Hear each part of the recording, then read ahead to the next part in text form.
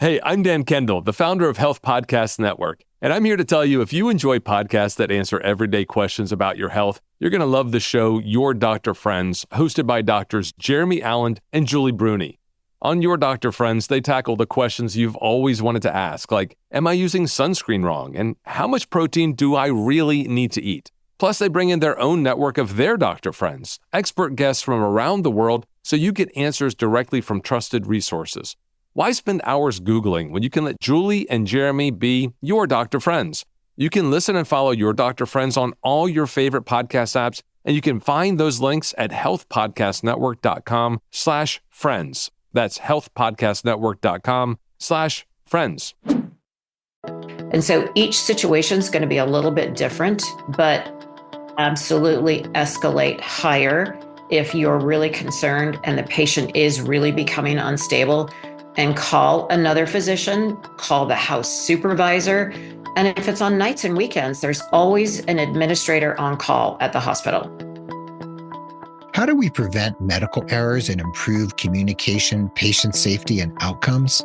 Let's talk all about it with patient safety consultant, author, nurse leader, and educator, Dr. Julie Siemers, right here on episode 505 of The Nurse Keith Show. Well, hello there. This is Nurse Keith. This podcast is always about you and your personal professional development, your career, and the healthcare system writ large. And I'm always here to share education, ideas, and informative interviews with some of the most inspiring people from the worlds of healthcare, medicine, nursing, entrepreneurship, and beyond. I love having you along for the ride, and I thank you, of course, from the bottom of my nurse podcaster's heart for being part of the growing Nurse Keith Nation. If you'd like to help other people find the show, please consider leaving a rating and review over on Apple Podcasts. That is more helpful than you can possibly imagine. And if you'd like to become a patron, you can go to patreon.com, patreon.com/Nurse Keith. If you'd like to pledge as little as just a couple dollars a month to help keep things running here smoothly at the Nurse Keith Show. You can also just share the show with anyone who you think might enjoy it or get something out of it. And no matter how you're interacting with us, we appreciate you so much for being here with us. You can head over to nursekeith.com to find the show notes in the drop-down menu labeled podcasts. The show notes are also in any podcast app where you happen to be listening on any device that you are using to connect with us here at the Nurse Keith Show. And as I said, we're here today with Dr. Julie Siemers. She is a patient safety consultant, best-selling author, a nurse leader, and educator. And Julie, there's so much to talk about, and I don't even know where to begin, but I have to begin somewhere. And one of the first places I want to start is just what led you to be someone who wanted to focus so much on medical errors and safety? Like, was there a crystallizing moment for you that was like when the light bulb went off? Thank you for that question, Keith.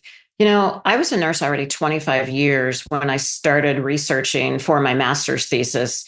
And one of my professors said, why don't you do your topic on failure to rescue? And I said, what is that? Which started this whole journey back in 2009. What I was most appalled by is that we weren't teaching failure to rescue in the nursing curriculum. The educators didn't know about it, so nurses in the hospitals didn't know about it, but it's a significant piece of information that we need to bring awareness to because of the consequences in patient deterioration and patient death. So that started the whole thing. And I think when I was realizing nobody was talking about this, but it's in the literature, but no educators, no nurses in the hospitals were talking about it. I was like, why? I didn't understand. And so I kept teaching it to my students, kept teaching it to other educators I was working with, kept writing about it. And then it led me to doing more, which, writing my book was probably the next step after this part of it. So I guess I was just really, maybe, I don't know if appalled is the right word, that something so simple yet so provocative in changing the healthcare and patient safety landscape was just not being addressed at all. Well, it's very interesting you should mention failure to rescue right out of the gate, because when you and I spoke, preliminarily about you being on the show and you brought up the issue of failure to rescue, my first question was, what is that? Because I had never heard of it. So I Right. guess my not having heard of it and having been a nurse for 28 years, I guess is symptomatic of the entire issue here. So I understand that failure to rescue is big and it's something that has been a focus of yours and that you feel like it needs to be addressed in education, which it's not being apparently. But can you explain a little bit more, like get a little more granular? I know there are 3 components of FTR. Can you go a little deeper so we can understand kind of where you're coming from? Yes, thank you. You're right. It's simple, but yet we've missed the mark on it. So I think we obviously have to go back and re-educate and educate on this. So failure to rescue is essentially missing the patient signs of deterioration, because we shouldn't find a patient in cardiac arrest. There's very few patients that have a cardiac event like an R on T phenomenon, where they go strictly right into VTAC or VFib and have a cardiac arrest. The literature tells us that the physiological observable signs of deterioration occur 6 to 24 hours prior to a cardiac arrest. So that's plenty of time. And yes, we give that burden, if we want to call it that, to the nurses because they're with the patient 12 hours. The doctor comes in, buzzes in for a couple minutes, and then they're on to the next patient. And so it really is the accountability and the responsibility of the nurse to notice those signs of beginning deterioration. So that's the first thing, is recognition. Okay. So recognition. And you mentioned, did you say 16 to 24 hours before? 6 to 24 hours. 6 to 24 hours before. Okay. So recognition comes first, but so there's failure to recognize, but then what happens?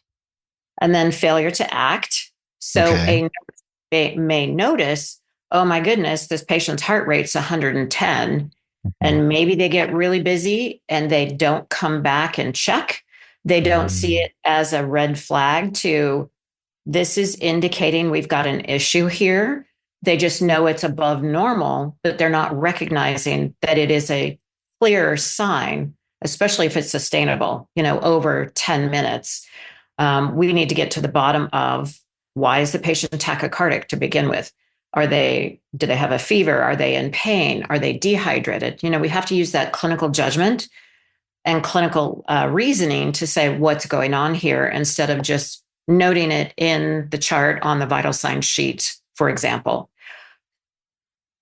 Okay. So that failure to act would be the next part of, they may recognize it, but not take any action to do something about the next part. Right.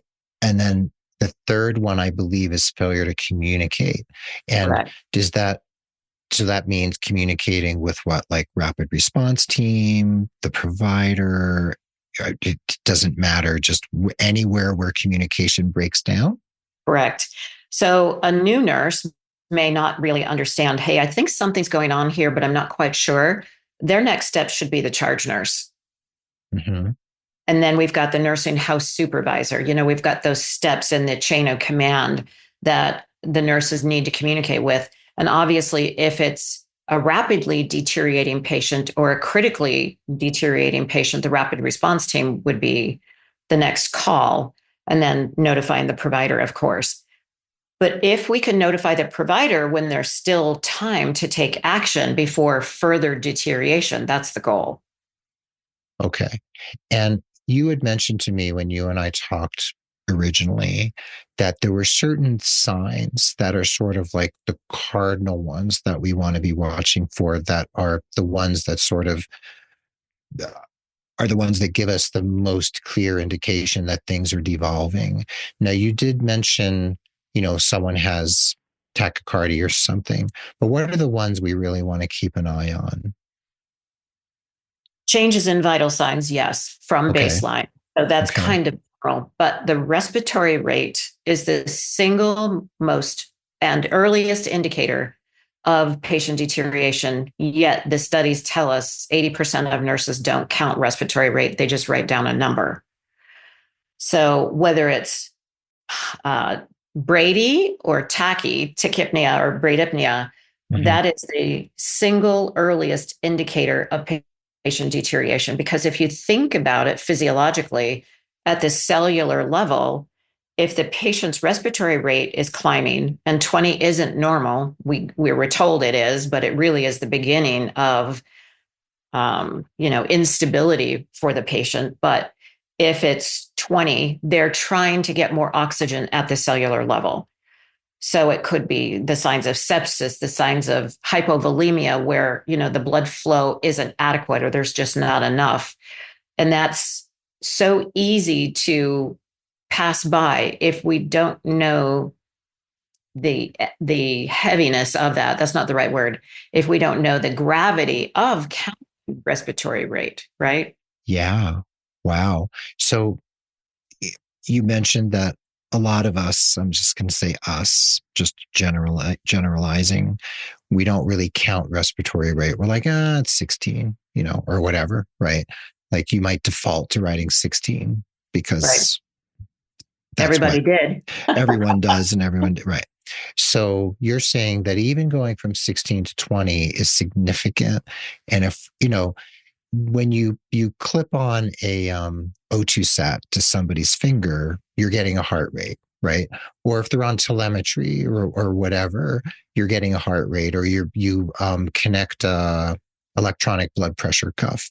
You're getting the BP and the heart rate just like that. But respiratory rate, you really, unless you're in a unit or the person is on some sort of monitoring that's going to give you a respiratory rate either constantly or periodically, you have to really count it. And then you also mentioned that even small changes in a Glasgow coma scale are really significant, right? So Yeah.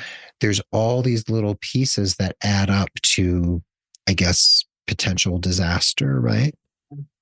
Yeah, the neurological changes, they suggest any Glasgow change of 2 or more to call the physician. Or if we notice mental status changes that last more than 10 minutes, we need to call. 10 minutes. Yeah. Okay. But here's where communication breakdown comes in. You told me, and I believe this is in your book too, that 60% of patient harm is attributed to communication breakdown.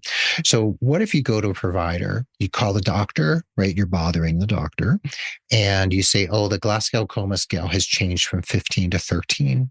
And the doctor's like, 15 to 13, keep an eye on them. What if the response you're getting is lackluster? What do? Do you go over the doctor's head, and then you're risking your relationship with that provider, and you're trying to navigate, the kind of like power dynamic, power differential. So what do you do when you feel like you're not getting a response that you think this situation merits? Yeah. So again, I think it would depend on how worried you are. So if you've got other signs and symptoms too, that you're kind of building in your experience of this doesn't feel right, this doesn't look right, this doesn't sound right, is keeping a real close eye on that patient. In the example you just gave, I'd be going back to check that patient. As soon as they drop to a 12, I'd be calling that doctor again. For example, they went from a 10 to an 8, that's a different story because at 8, we know patients can't protect their own airways. And so each situation is going to be a little bit different, but absolutely escalate higher if you're really concerned and the patient is really becoming unstable, and call another physician, call the house supervisor. And if it's on nights and weekends, there's always an administrator on call at the hospital. Or if your hospital, which I assume most do, has a rapid response team, and you can call, and then you let them figure out if it's worthy, right? Because they would probably like you to err on the side of caution, because that's what we want people to be doing. Right. Even though everybody's busy and, has more than enough to do. But when you know, when you realize that, your goal is protecting the patient, reducing patient mortality, and you've mentioned to me that, everybody has the potential to become critically ill. And even these small changes can portend a, a more catastrophic or potentially catastrophic change, that things can go south really quickly. So, you know, you wrote a book, a best-selling book called Surviving Your Hospital Stay, a nurse educator's guide to staying safe and living to tell about it. What are you trying to communicate both to the public and also to nurses and medical providers about this situation that we're facing, and how we all need to kind of up our game in order to prevent these preventable errors and situations from transpiring? Yeah, I think, my intention with the book, and I have a lot of students that have read it and they have said how helpful it is for them. The book has 30 stories in it, and they're all unfortunately true. Yeah. Most of the patients don't survive in the stories of the book. A few have, but with devastating consequences. Because I know I relate to stories, but I figured, the public are at such a disadvantage because they don't know medical language. They don't understand, what the medical language is, or what we're trying to communicate. And as you mentioned a little bit earlier, we have a hierarchy in healthcare and in medicine, and that hierarchy prevents us, the layperson, and even nursing professionals or healthcare professionals, from pushing when we know something's wrong, or um, not sitting back and saying, okay, well, the doctor said it's normal and it's really not. How do we manage and navigate those communication challenges? Because they're huge. And I think if patients have a little bit of knowledge about what are normal vital signs, what if my dad's going for surgery? What should I expect? What should I ask? How do I even pick a good hospital in my area? Because there are big differences in Mhm. hospitals. The hospital safety grade, with leapfrog scores, rates hospitals from A to F. And so you can go on there and put in your zip code and a hospital near you and just say, I've got 3 options here. Which hospital do I want to go to? So the book was intended just to inform and to educate, not to make nurses or doctors out of patients and their families, but just to empower them with enough knowledge to be bold. And unfortunately, it does take being bold to, ask the questions and, make sure you have your patient rights covered, meaning you have the right to understand your healthcare plan. Right. And even though your book says Surviving Your Hospital Stay, that's the main title of the book, you're saying that you're having students and clinicians read it too, not just patients and their families. So everyone can read this and glean something from it about what we need to do to kind of up our game, right?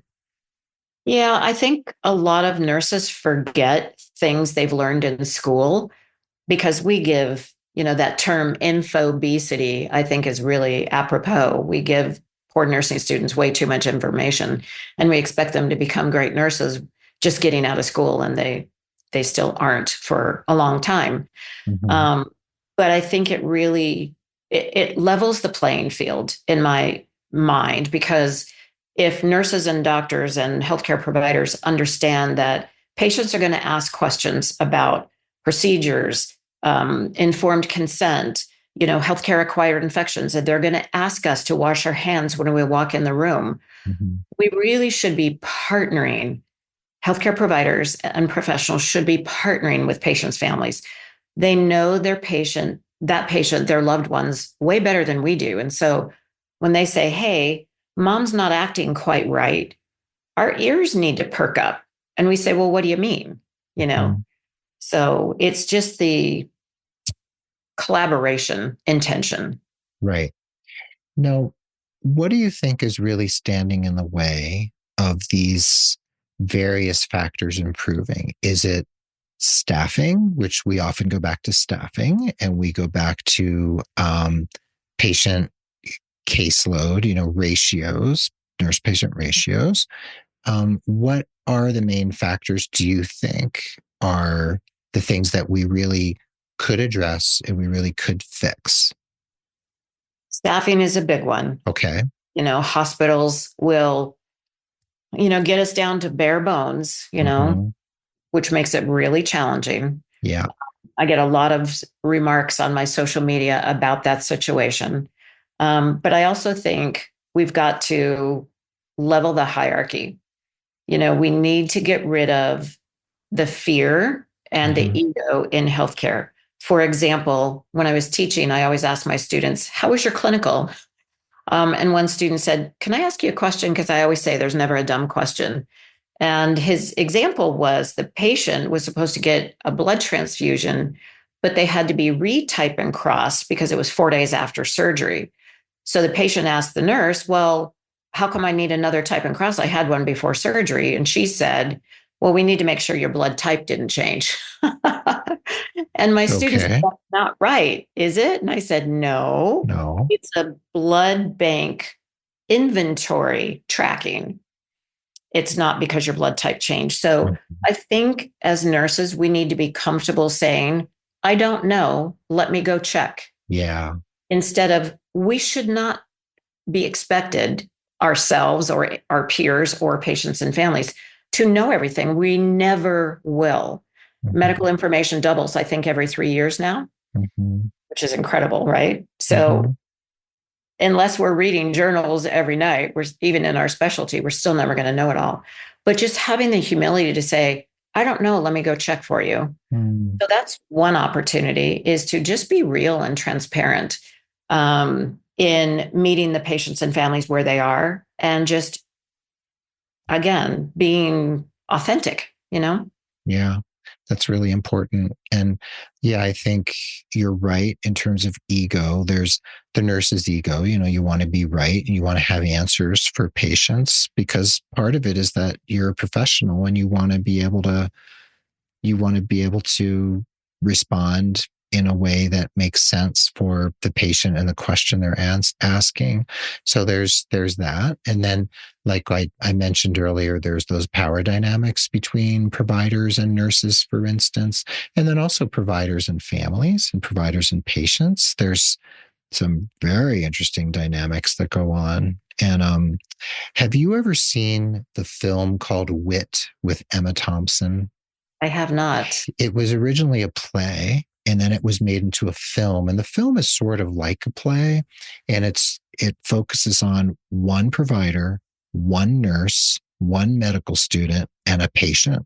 And the patient, played by Emma Thompson, has cancer, and the doctor is this famous doctor who's trying a new kind of chemotherapeutic protocol on her. And he's basically experimenting on her for his own aggrandizement, basically.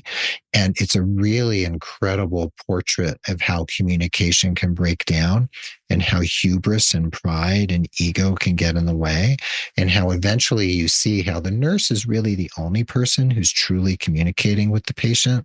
So it's called Wit, and it's with Emma Thompson, and it's pretty remarkable. I've mentioned it on the show before, and I think you might really it might really resonate with this work that you're doing in the world. And I'll check it out. Yeah. And when we come back from the break, I want to talk about this crisis in nursing practice, what's going on in terms of nursing and what we need to do to change it or somehow improve things, or whether that's at the educational level or elsewhere. And I want to talk more about your book and a lot more about just what you're doing out there in the world to address all of these important issues. And face it, many of us are going to be patients at some point. So what you're doing here could affect everybody, professionally or personally. So we'll be right back. Please hang in there with us for the second half of episode 505 of the Nurse Keith Show. And we are with patient safety consultant, best-selling author, nurse leader, and educator, Dr. Julie Siemers. And we will be right back. Hey everyone, let's take a quick pause for the cause, shall we? Thanks for being a valued listener of The Nurse Keith Show. And if you'd like to help other people find the podcast, please consider leaving a rating and review over on Apple Podcasts or Spotify. This really helps propel the show and grow our audience. And I truly appreciate everyone who's already taken the time. And if leaving a public rating review isn't your thing, why not tell a colleague about the Nurse Keith Show by sending them a link so they can listen for themselves? After all, word of mouth is the most organic way for me to reach those who truly need to tune in. So if you'd like to do me a solid, please consider leaving a rating review or telling a friend or colleague. And by doing so, you'll be helping the Nurse Keith Show reach more and more nurses and healthcare professionals all around the world. Now, let's get back to today's conversation.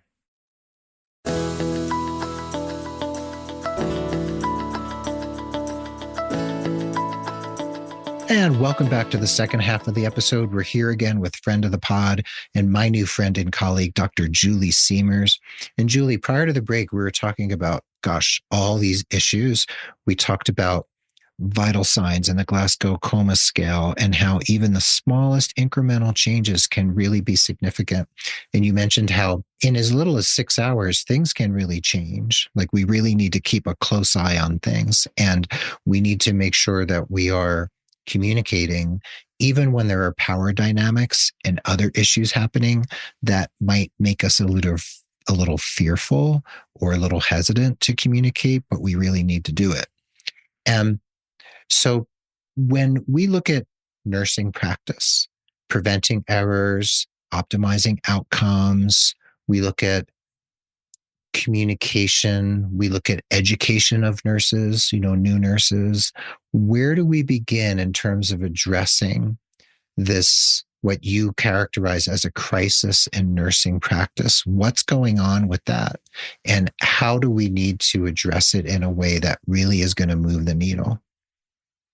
Thank you for that question. My interest in this area, obviously, because I'm teach in nursing schools, but there was a study that came out when I was doing my research, and the study was 2006. And it was a study of over 5,000 new grads that already had passed the NCLEX, and they put them through a 5-hour exam. It's a vetted assessment tool that was partially written and then partially competency-based at the simulation bedside of the patient. This over 5,000 new grads were from 141 different schools over 26 different states. And so a very good study and broad, across the country. And they found in 2006, 35% were competent, safe, and practice ready. A decade later, they repeated the same size of study with the same demographics again, with 5,000 new grads again that passed NCLEX. And the safety, competent, practice ready fell to 23%. From 35. Yes. Wow. Okay. They repeated it again in 2021, probably because of the pandemic. And they found that it had fallen to only 9% of the new grads that passed NCLEX were competent and practice ready. That's alarming. Mm-hmm. And what does that tell us? Like, what is that actually? What can we conclude from that precipitous drop? I'm sure a lot of it was due to the latest, fall from 23% to 9% was due to the pandemic, and many students across the nation not getting clinical time or in, classroom instruction all on video. And we know, especially with nursing being an application-based hands-on profession, and it wasn't just nursing. ECRI, which is I can send you this report if you'd like, but it's a nonprofit patient safety organization. And in March, they put out a study that said healthcare professionals have fallen. Our number one patient safety concern across everything is that new practitioners are not safe and ready for practice. So it wasn't just nurses, but of course they're grouped into there, but residents, any other kind of healthcare professional. So I think that was a large part of it. To me, that means the onus and the responsibility is going to be on those hospitals that hire. one of the first places that get budget cuts in hospitals are education departments or residency programs. Right. It can't. They've got to understand that they need to do a competency-based assessment on these new grads coming in, or even if the nurse has been out practicing for a year or two, we don't know what kind of experience they have. We don't know if they've learned bad habits and shortcuts. They're going to end a patient's life. I think that's a place to focus on, is just ensuring that the basics are understood. Yeah. And if you send me any of those links, I'll put them in the show notes for people to look those up. So we'll put them in there for sure. So you mentioned residencies. I've mentioned this on the show before. People might get tired of me talking about it, and don't get me started, but you already did. That, I don't know, we could spend a whole hour talking about this, but I am of the opinion that every new nurse should have a new nurse residency, and it should not be a kind of like select few lucky people who get into a new nurse residency. It's a very small slice of new grads who get into a residency, and everybody should have one for a year or two, a paid new nurse residency that really takes them through a very rigorous educational process where they're on the floor, but then they also have didactic, instruction, because you have to solidify everything that was learned in school, because how much can you cram into your head in the course of nursing school? And then when you get out into the real world, it's a little bit different. So I think you already agree with me that new nurse residencies should be kind of standard for everybody. I agree. Yeah. And they're not. And we're not going to resolve it on this particular podcast episode, but it's a thing, right? It's something we could do if we had the will to make it happen. And of course, there's money involved and all those sorts of things, and time, et cetera. But I believe that back in December, you recorded a TEDx talk called How Not to Die in the Hospital. And it's now out on the YouTube channel, and we'll have the link in the show notes. So was that TEDx talk really mostly directed towards patients and their families? Or did you really want providers to hear this too, based on where you're coming from and what you're trying to tell the general public about how not to die in the hospital? It was really meant for everyone. Okay. So patients and their families learned the cuss words, how to speak up and what to say. And cussing isn't what you think it is, but it's concerned, uncomfortable, scared, and a safety situation. Concerned, uncomfortable, scared, in a safety situation. So if they use those key words to get the attention of the healthcare team, number one, the healthcare team needs to pay attention and really listen. But it's to bridge that gap again of something's going on, something's wrong. We need some attention here. But it was also for the healthcare providers in the sense that caring for the patient is a dynamic. We've got their patient's family who love and care about them, and then we've got the healthcare team. And again, it's just about creating that bridge between we need to talk as patients and families, and they need to listen. That was kind of the main message. And then I gave a couple stories that are dear to my heart to emphasize the points of even when we try to speak up and the healthcare team doesn't listen when harm occurs. It's just a travesty. Right. And when you mentioned in the first half, when we were chatting about patients and providers and interactions and communication, you mentioned simple things like a patient asking a nurse or provider to wash their hands when they come into their room. There we're addressing power dynamics. That's a very, very simple request, right? But that can be a very scary thing to do because you're lying in the bed, you're super vulnerable, There's so many ways in which a patient or their family member could be more forthcoming and more assertive, but we can feel so disempowered in that position. So how do we educate the public to feel empowered to speak up because they really need to, because it's their life and well-being that's at stake, right? Yes. I think if we look at it from the perspective, if I don't speak up Mm-hmm. and a bad outcome occurs, I could have prevented it or could have potentially prevented it by saying, can you please wash your hands so my mother doesn't get an infection? Mm-hmm. If we look at the consequences of keeping our mouths shut, most of the time, they're not going to be ones we want to live with, right? And I think the more people speak up and say, I need you to explain this in a language that I understand. What is the plan for my father? He just had a heart attack. Mm-hmm. We can be, so the 3 P's that I'll share, we be polite, we be present, and we be persistent.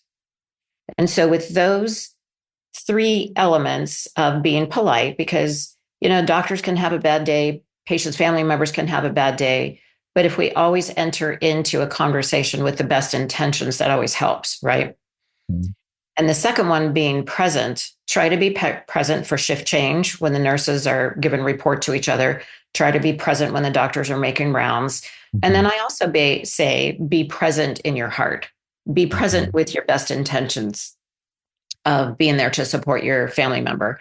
And then be persistent. If you get an answer and you're not happy with the lack of intervention or lack of action, you've got to persist and keep it moving forward with the chain of command. And just be willing to be the person who's the squeaky wheel who people might not appreciate or like because you're making some noise. And it's a hard place to be. I've been there. It can be a hard place to be. Even if you're a nurse whose family member's in the hospital, you can still feel intimidated. It's so funny how that happens, even though you understand the whole system and the language and everything, you can still feel like it's uncomfortable to speak up. And imagine for a person who's not educated, who doesn't understand, who doesn't know the language, they don't know the idioms and the code words and the things, the ways in which we communicate about this stuff. It's so hard. And, we were talking about missed cues. We were talking about things like not really assessing the respiratory rate, just being like, it looks like a 16, those sorts of things. So there's all sorts of ways in which we can up our game clinically. There's ways in which providers can be more forthcoming and listen more. There's ways in which patients and their families can speak up. So do you feel like any of these are more important than the others, or do you feel like it's all just of a piece and all of these they all need to happen because they're all equally important and there's no silver bullet, like there's no one thing that's going to make it all better? I think statistically, communication, as we mentioned before, if it's communication breakdown is responsible for 60% of patient harm events that could be between patients and their family and the providers, or it could be within the healthcare team itself. I think that's a great place to start. And to feel comfortable in communicating, we need that leveling of the hierarchy, as we've talked about before. A nurse should never feel intimidated to call and say, Dr. Jones, my patient can't feel his toes. He just had knee surgery and his foot's cold. They should never hesitate. I actually write a story in my book about that actual case that happened. And the doctor said, it's been that way since surgery, Right. To stand up and say, no, sir, I'm very concerned. There is not circulation to that foot. I need you to come in. Right. Or whatever. So you really come back to communication, because if it is true, like you said, 60% of patient harms attributed to communication breakdown. So if we can deal with the communication issue, a lot of other things would fall into place, right? I think so. Yeah. I mean, of course, we need good nursing practice. We need people to actually check respiratory rate. Like, we need all those things, but communication, that is really where the rubber hits the road. And that, while maybe not a magic bullet, it still could resolve a lot of these issues and address a lot of things that are happening in healthcare. Yes. So I wanted to ask you a question. Physician fatigue, nurse fatigue, they have huge impact on performance. And, I've overheard more conversations that I can possibly say about 12-hour shifts versus 8-hour shifts for nurses. What are your feelings, and what have you seen? What have you heard? What do you prognosticate as being ways in which we can address fatigue? I know it's been addressed for like medical residents, and now they only have to work like 5,000 hours in a row instead of 8,000 hours in a row. But what can we really do realistically to address these sorts of issues? For me personally, where I felt exhausted working was when I did not have the bandwidth to spend some quality time with my patients. Mm-hmm. My first job in the hospital was on the oncology floor, and of all patients that need someone to hold their hand and listen. And I think that contributed to a large part of emotional exhaustion. I think when we feel good about what we're doing, our jobs, that we're actually really helping patients, the physical kind of, physical exhaustion kind of is secondary. But if Mm-hmm. our emotional state of being is like we're just beaten down because we can't give what we need to give, that compassion that our hearts and our souls want to give, you know? Mm-hmm. And do you feel like, or have you seen data that demonstrates that 12-hour shifts and 8-hour shifts, that there's a big difference in terms of, I don't know, medical errors and things that we can really put our finger on? I know that there is a couple studies that talked about the night shift, Uh, and whether that be because there's tighter staffing on the night shift, that more errors happen then, mhm. or I don't know if I haven't seen it tied to 8 hours shifts or 12-hour shifts. I think part of the nursing profession really loved the 12-hour shifts because they only then had to work 3 days a week. 3 days a week. Yeah. But that runs into a problem too when there's short staffing and not enough nurses. And then you get called in for overtime and you feel bad because you don't want your teammates to be, working short staffed. And that again perpetuates the problem of now you're working too much and you have no reserves. Yeah. Yeah. So there's many ways in which we can address all this. And I know you're doing it through your organization that's called Lifebeat Solutions, and your book, Surviving Your Hospital Stay, a Nurse Educator's Guide to Staying Safe and Living to Tell About It. I know, as someone with your Doctor of Nursing Practice degree, you've been a professor, you've been a dean of nursing, you've been executive director at a large university in California. I know you were a flight nurse, right, on a trauma helicopter for a decade or so. So, I mean, you're coming from a place where you've seen it as an educator, but you've also seen it as a clinician. So you've been boots on the ground, and then you've also seen it in the academic setting. So, what are your biggest hopes for what we could do in the next 10 to 20 years? Like, what would you like to see if you had your druthers? My mission is to change the patient safety landscape from Okay. crisis that it's in to it falls behind us as history that we look back and say, wow, how Mm-hmm. did we let it get so bad or not address it for so long? And I think my mission is to bring awareness to it because it continues on because it's been in the shadows. Because patients die one at a time instead of a Boeing 737 falling out of the sky and killing, 400 people on board. Right. So it's easy to keep it in the shadows and sweep it under the rug. And there is not mandatory reporting, which also needs to change. Hmm. So I think if I can blast this message out to accountability, transparency, that we finally just say, okay, we're in this together. What can we do as patients and families and healthcare professionals? Because here's the thing, and I probably said this to you before, everyone is going to be a patient at some point or have a family member that's a patient at some point. Pretty much. Yep. Yeah. So everyone that we are currently taking care of is someone's family member.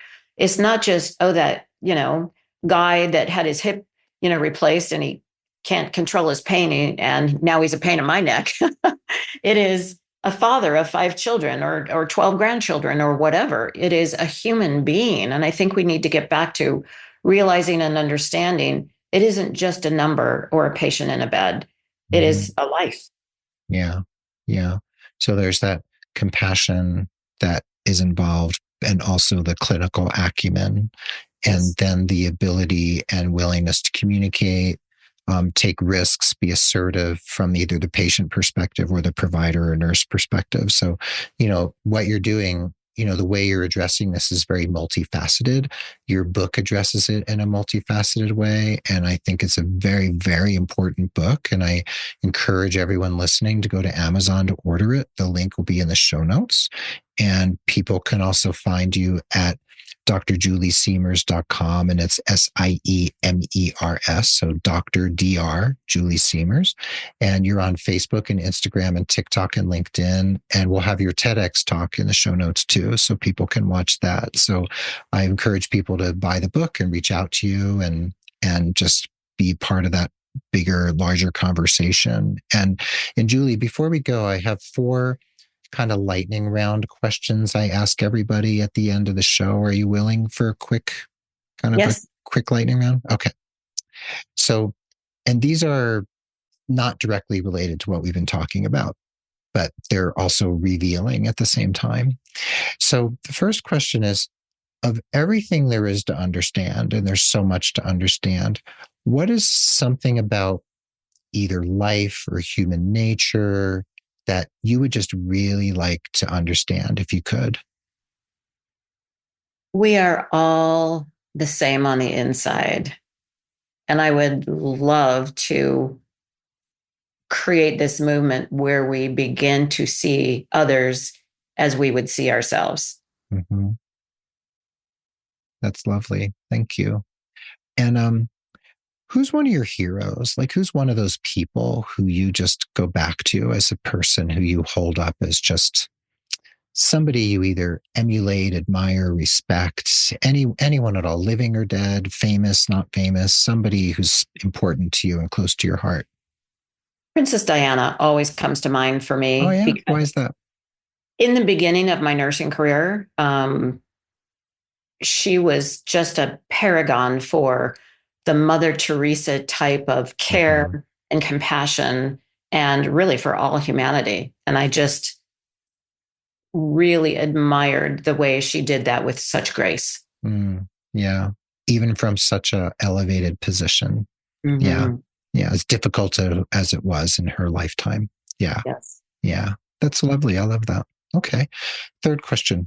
Is there a book or even a movie or a film that's really changed your life, or just like had a significant impact on the way you think, the way you approach relationships, anything at all? Just one that's like one of those touchstones for you. He's an author, Joe Dispenza.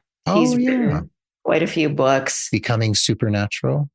Love that one. Yeah. I also love the one, Overcoming the Habit of Being Yourself, whatever the title is. I can't remember exactly. But it really, truly is about, waking up every day and determining, how do I want to be today? How do I want to live today? And not doing the same track that we did for the last 10 years. It really is, how do I want to make a difference today? How do I want to show up? And what do I want to attract in my life? And I will attract what I am, not what I want. Yeah. You're not the first person to mention Dr. Joe Dispenza. So thank you for echoing that. Yeah. Yeah. He's doing important work in the world just like you are. Okay. Last question. If you were named Queen of the World tomorrow, what's one of the first things you'd want to do to improve the lives of your subjects? Bearing in mind, you could eventually do it all, but what would, like, out of the gate, your first action? Oh gosh. Do I have a magic wand too? You do. It would be removing biases and barriers from seeing others, as I started out by saying, the first one you asked me, as seeing others as ourselves. Yeah. Human beings that are here on this earth to learn, grow, become better, and I think when we remove that judgment and we remove those preconceived ideas, one of the best stories I ever heard about this same situation was Stephen Covey on the subway. And Oh, he was trying to read his newspaper. And this father got on with unruly children. And, Stephen was sitting there steaming because he couldn't concentrate and read his newspaper.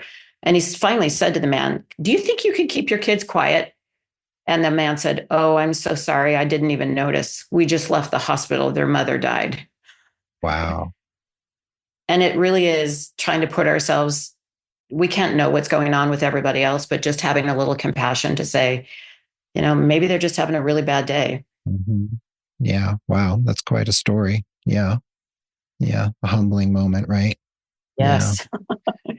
Well, Julie, thank you so much. This has been really wonderful. Your book is incredible. Everybody needs to read it. They definitely need to go to Amazon. The link will be in the show notes, and they can go to drjuliesiemers.com, and definitely going to have a link to your TEDx talk, because everybody needs to see that too. Because if we can teach everyone how not to die in the hospital, I think that's a really good place to start. So thanks for doing such great work in the world. Thanks for, educating nurses and educating the public. And thanks for gracing the airwaves today. I've really appreciated you being here. Thank you, Keith. I appreciate the opportunity to speak with you as well as your listeners. It's a privilege. Well, there you have it. Thanks for listening to this episode of The Nurse Keith Show. Remember, the show notes are at nursekeith.com, or just in the app where you happen to be listening. Please go to drjuliesiemers.com. That's Dr. Julie, Siemers, drjuliesiemers.com. Check out the links in the show notes. Buy a copy of her book. Check out her TEDx talk. We would love for you to communicate with Dr. Julie. If you need personalized holistic career coaching, please look no further than Nurse Keith Coaching and nursekeith.com. Mention the show and get 10% off your first coaching package. We are proud members of the Health Podcast Network at healthpodcastnetwork.com, and we are produced by the wonderful and inimitable Rob Johnston of 520R Podcasting. And before we go, I'll leave you with this quote by Amelia Earhart. "The most difficult thing is the decision to act. The rest is merely tenacity." Be well, dig deep, seek joy, keep in touch. This is Nurse Keith saying adios till next time from beautiful Santa Fe, New Mexico. And Dr. Julie Siemers saying arrivederci from Tyson's Corner, Virginia. All right. Thank you, Dr. Julie. Thanks to everyone for listening. And we'll catch you, of course, on the proverbial flip side.